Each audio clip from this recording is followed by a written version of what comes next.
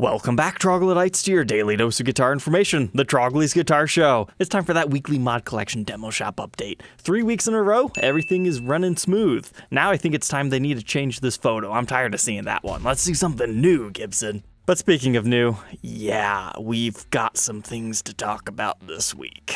And let's start with the Big Mac Daddy right away. I've gotten so many messages about this thing. Look at it. It's a beautiful new take on an Explorer. The first thing you're going to notice is, hey, P90 pickups on an Explorer? You don't see that very often. And this one is slightly slanted. Okay.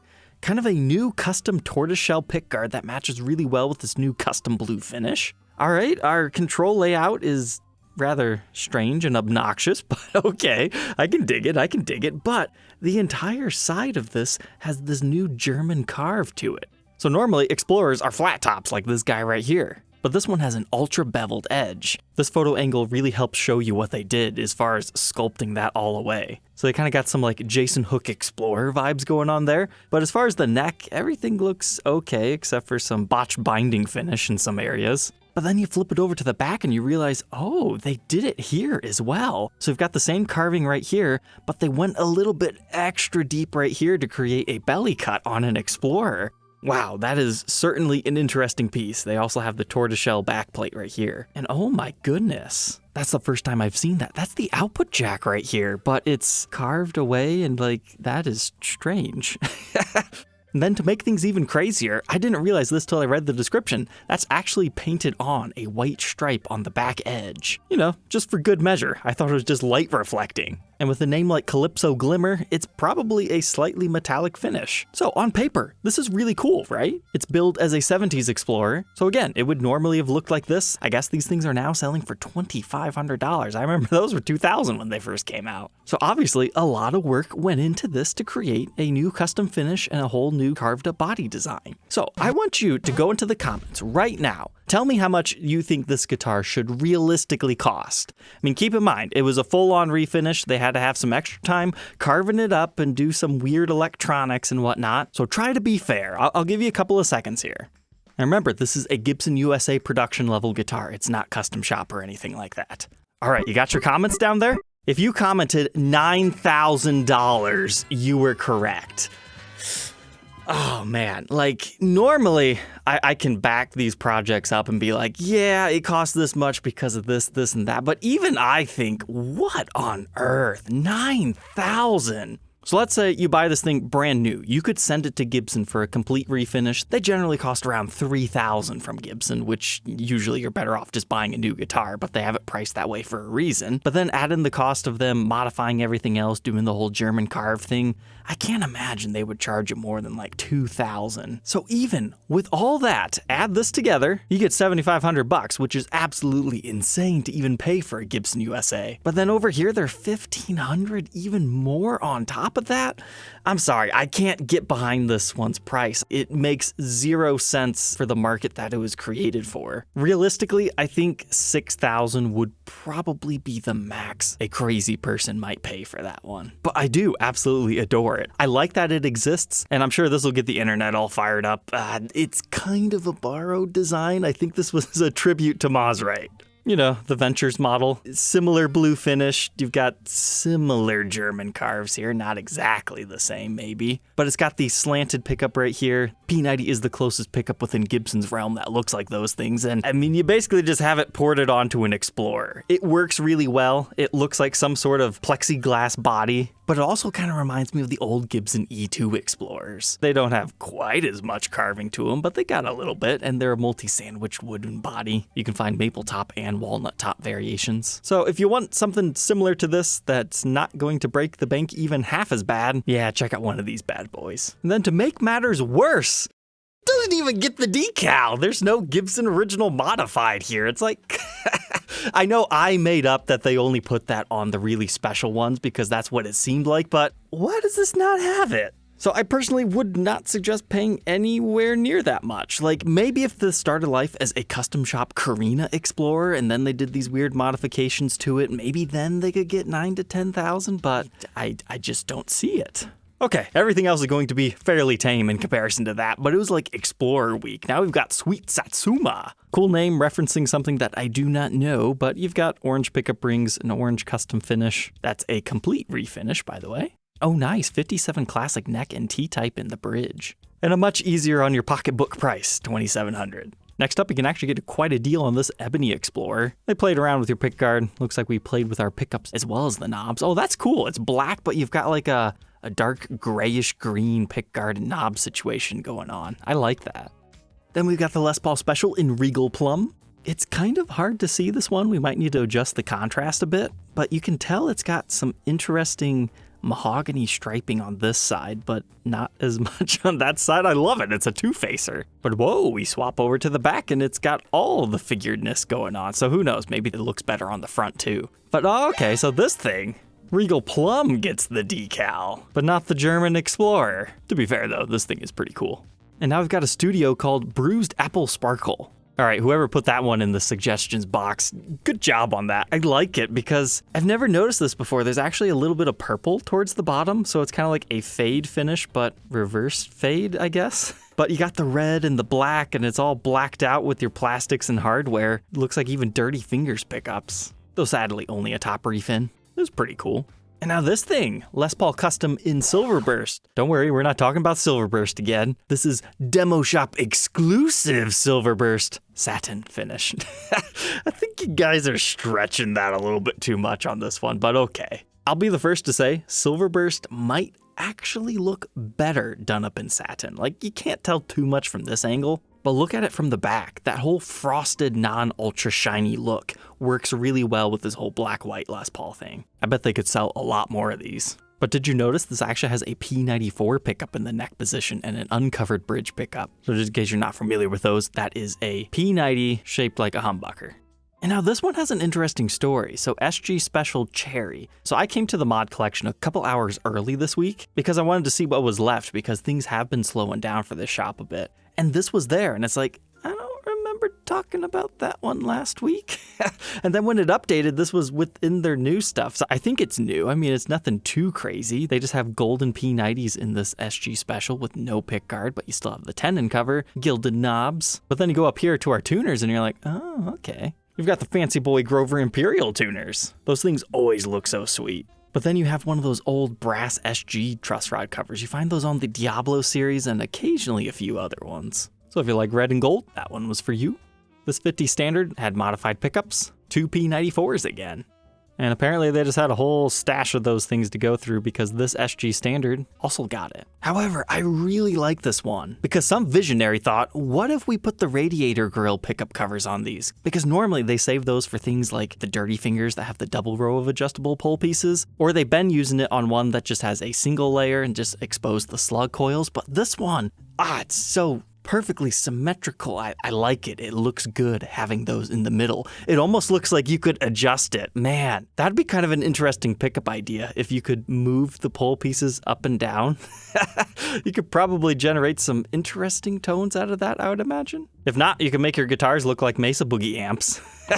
A V-shaped pattern. Scoop the mids. Oh, and the Perloid guard doesn't look half bad on a cherry finish either. And it wouldn't surprise me if that same visionary had something to do with this. Same covers, but this time they used zebra pickups, kind of make it look like you're playing Tetris over here. Got a couple of T's. Oh man, it takes T-tops to a new extreme. But you got like this bronzed out finish, black hardware. It's interesting for one of those. Congrats to that guy. You took a regular Les Paul Tribute and made me get excited over it. Then you had an SG Tribute in Cinnamon Burst. It's a nice looking finish. Looks like you even have the see-through tortoise guard on it. And just a plain neck. Not my favorite, but a cool one. But then this thing. All right, so when everything was updating, I haven't bought anything from these guys in like 2 months, so I've just kind of given up. But when I saw this, I was like, ooh, that's really tempting. It gives me Boneyard vibes, but in a different way. They called this one a Sunflower Samurai. It kind of reminds me of a mummy, but I already have one in my collection called the Mummy, so I didn't necessarily need another one. But you've got the golden top hat knobs there, the whole mixing of black and gold hardware. Same thing with the pickups, with the pull pieces and all that. This looked like an awesome one. They even put the Fancy Boy tuners on this one too. The back is strangely done up in satin, but that top just looks phenomenal. And then if you scroll down here, government case, huge upgrade. Unfortunately, this one was gone before I decided I actually wanted it. I mean, this is the only thing I've seen recently that I think they've underpriced by at least $500. Then we've got Pink Puff over here. What more do you want me to say? It's a pink Les Paul Jr. Pearloid pickguard. I could see BGA playing something like that. Following that up is this Les Paul Studio, which at first you'd be like, oh, trans ebony. I guess you can kind of see through it. I mean, there's nothing particularly fantastic to see underneath there, but all right. But then you get to the headstock, it's like, oh, okay. Giant big banner Gibson logo. That makes it different and unique. But at $1,500, did it sell? It sure did. And they also had a natural satin 60 standard. I mean, it's got some cool wood grain, but just about nothing else going for it. Besides probably being a nice guitar to play, but that's still available at the time of recording.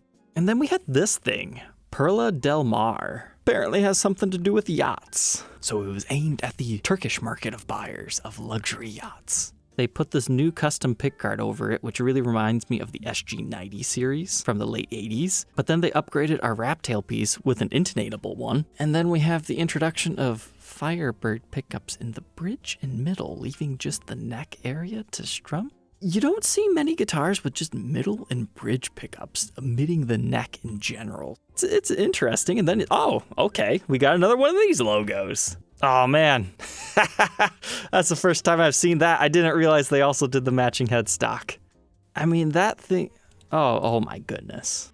Custom shop case too? Just that case is probably worth $400 out of that price. I think I slept on this one just a little bit. If that had the SG90 triangle inlays in it, yeah, that would have been a must buy. Or if they would have did the mother of pearl version of that logo. And if you don't like the fact that it doesn't have a neck pickup, I'm sure you can mod one in there because I bet the route is just hiding underneath that new custom guard. But it's sold. Slept too long. You know, maybe I didn't give this week enough credit. There were quite a few interesting ones. Like, look at this. So we had Blackberry Burst last week, but now we've got Grape Burst over here. That's pretty cool. You've got a little bit of a darker border. It's kind of like a blending between a teardrop shape as well as a perimeter burst. I can't quite tell exactly what's going on there, but it looks great. The gold hardware looks good on it.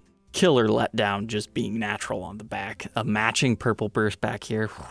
That would have been nice. There was a custom shop edition small run of a Les Paul standard that looked similar to this in the 90s, but they definitely got their pricing right on that one. Premium for sure. And that wraps it up for the mod collection this week. Pretty interesting stuff. Now let's jump over to the demo shop. Some pretty uninteresting stuff, but I've found a few gems in here. Poor Warm Sky. It sat here for 3 weeks. It's a custom paint. It won the achievement of the most watched thing on Reverb, and still nobody wants to buy it. We'll check back in on him again in another week. But hey, $1,700 for a Trad Pro 5. Not too bad on that. If you just want a nice basic player's Les Paul with a cool plain top. The 64 335 reissue was done up in ultralight aging. However, I just wanted to say, hey, that aging looks kind of interesting on the side there. We talk about these things all the time in this series, but wow, that's another very stunning double stain top going on there. You don't see a TV yellow double cut in the demo shop every day. $3,000's not that bad of a price on one of these. Comes with the cool case, almost a cool serial number. Would have been better as 01234, but we got 0234, just needs a 5. This 50 standard, yeah, they swapped out our pickups. Looks like we have a Seymour Duncan, interestingly enough. But then you go along these photos and you see this.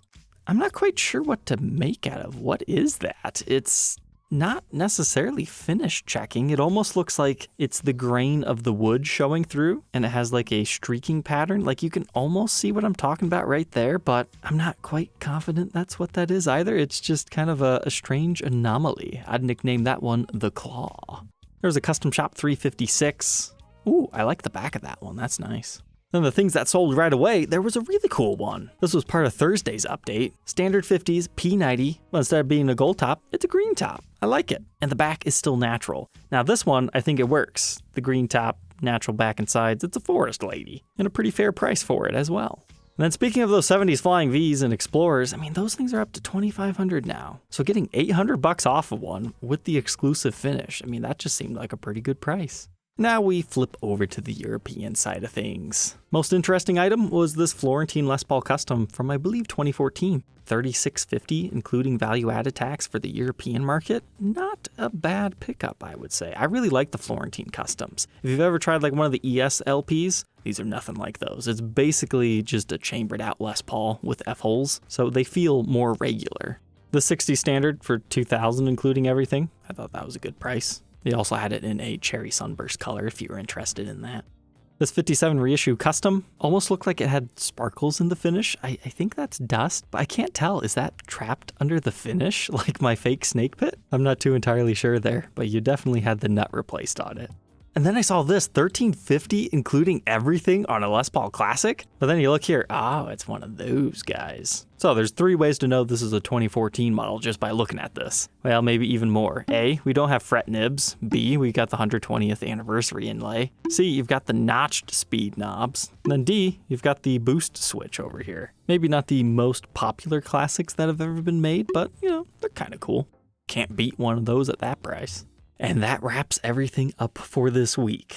Crazy times, crazy times. I would definitely document the Explorer if the opportunity arose, but I guess we'll have to watch that one to see if the price suspiciously drops by 50%. All right, Troglodytes, don't forget to like, comment, and subscribe, and we will catch you tomorrow on the next episode. Take care.